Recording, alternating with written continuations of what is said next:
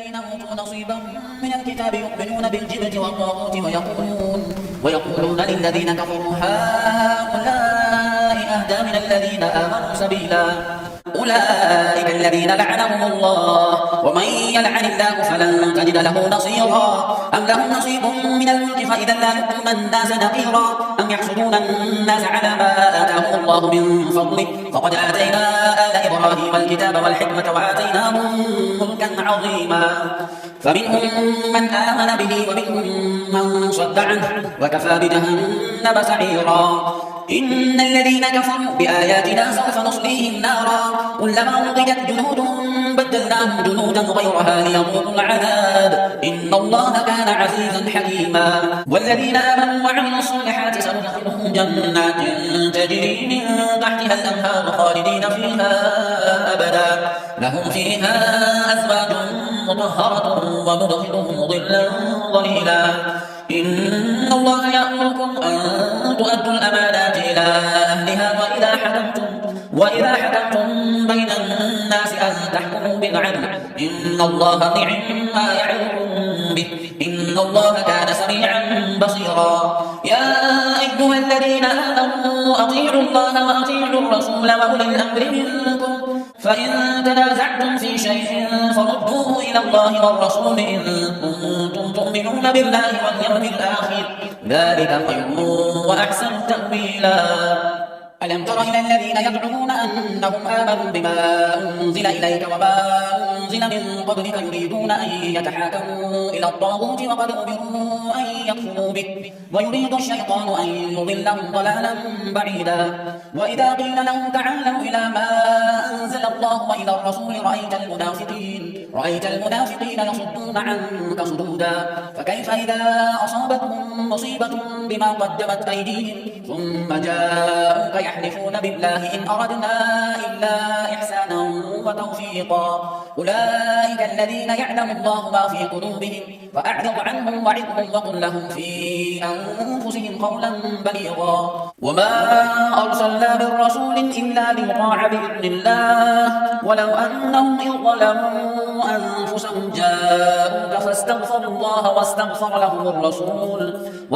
لهم الرسول لوجدوا الله توابا رحيما فلا وربك لا يؤمنون حتى يحكموك فيما شجر بينهم ثم لا يجدوا في أنفسهم حرجا مما قضيت ويسلموا تسليما ولو أن كتبنا عليهم أن اقتلوا أنفسكم أو اخرجوا من دياركم ما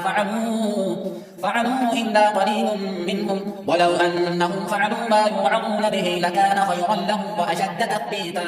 وإذا لآتيناهم من لدنا أجرا عظيما ولهديناهم صراطا مستقيما ومن يطع الله والرسول فأولئك مع الذين أنعم الله عليهم من النبيين والصديقين والشهداء والصالحين وحسن أولئك رفيقا ذلك الفضل من الله وكفى بالله عليما يا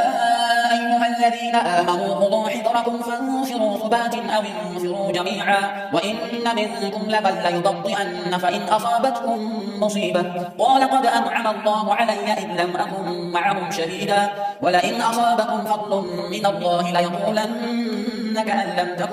كأن لم تكن بينكم وبينه مودة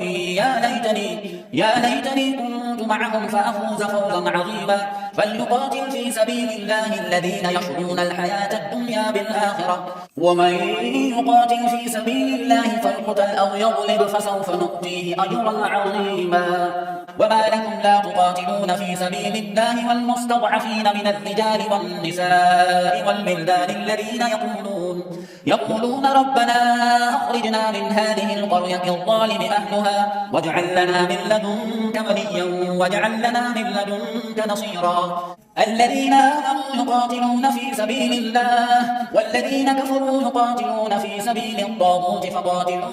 أولياء الشيطان إن كيد الشيطان كان ضعيفا ألم تر إلى الذين قيل لهم كفوا أيديكم وأقيموا الصلاة وآتوا الزكاة فلما كتب عليهم القتال إذا فريق منهم